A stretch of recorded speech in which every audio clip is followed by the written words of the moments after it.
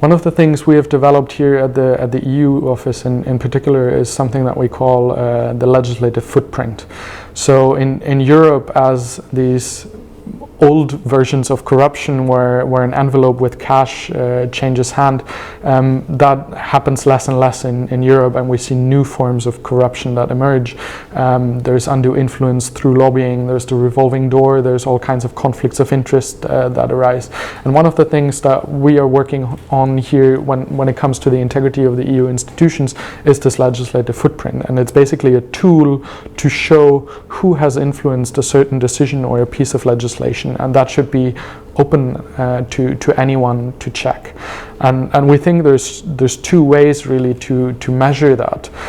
One thing is to look at meetings with lobbyists and to record those meetings, and the Commission has actually started in December last year, at least at the highest level, to publish all their meetings with lobbyists, and we have seen about 5,000 of those meetings since then, and that's a great source of data for us to analyze and look at who has how many meetings on which topics, and is there equal access for all actors in the political process, or is it just big corporations, for example, that get those meetings.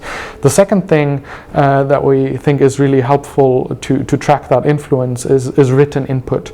So whenever someone submits an amendment or a policy paper or any kind of opinion on what they would like to see or not like to see in a piece of legislation, that should be made public. When people reply to public consultations or sit on expert groups or any of that input that the Commission and the other institutions get, that should basically be out in the open and for everyone to see and track. And there again, we see first timid but important steps in that direction. Trade Commissioner Malmström has started to publish all her written correspondence on the website, so everyone can see whenever she receives a letter or any kind of written input, really, it goes on the website and can be checked. And we have seen that on the Data Protection Directive, for example, which was negotiated in the Parliament over the last 2 years, there was a German website called LobbyPlug that cooperated with a rapporteur on that file, which was a German Green MEP, and he basically made available all those policy papers that he had received. So any email he had ever received from a lobbyist while he was writing that piece of legislation, he made available to that website. And they used the same software that you use on finding plagiarism in academic work, and they ran it over those lobby papers and then on the amendments that were submitted by his fellow members of parliament. And they basically found a lot of copy pasting from lobby positions into the amendments that they submitted. There were a total of 4,000 amendments that were submitted for this piece of legislation, and they could basically track who had copied which industry positions into their amendments.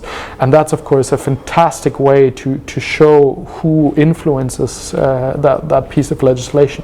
And we basically think that should be possible for all legislation, not just when there is such good collaboration between the member and the civil society organization, but it should be possible on all pieces of legislation. And I think it's a very good best practice that we develop here now at the EU level, and that can of course be spread to all EU member states, but also beyond. And I think many countries around the world can learn both from the publishing the meetings, I think, where we're really at the forefront globally right now. I haven't seen any other country or international organization where you get that degree of detail of who meets with whom, but then also to do the text analysis. And I think these online tools today that provide to deal with that vast amount of information, they can really help bring about that transparency and ultimately fighting political corruption.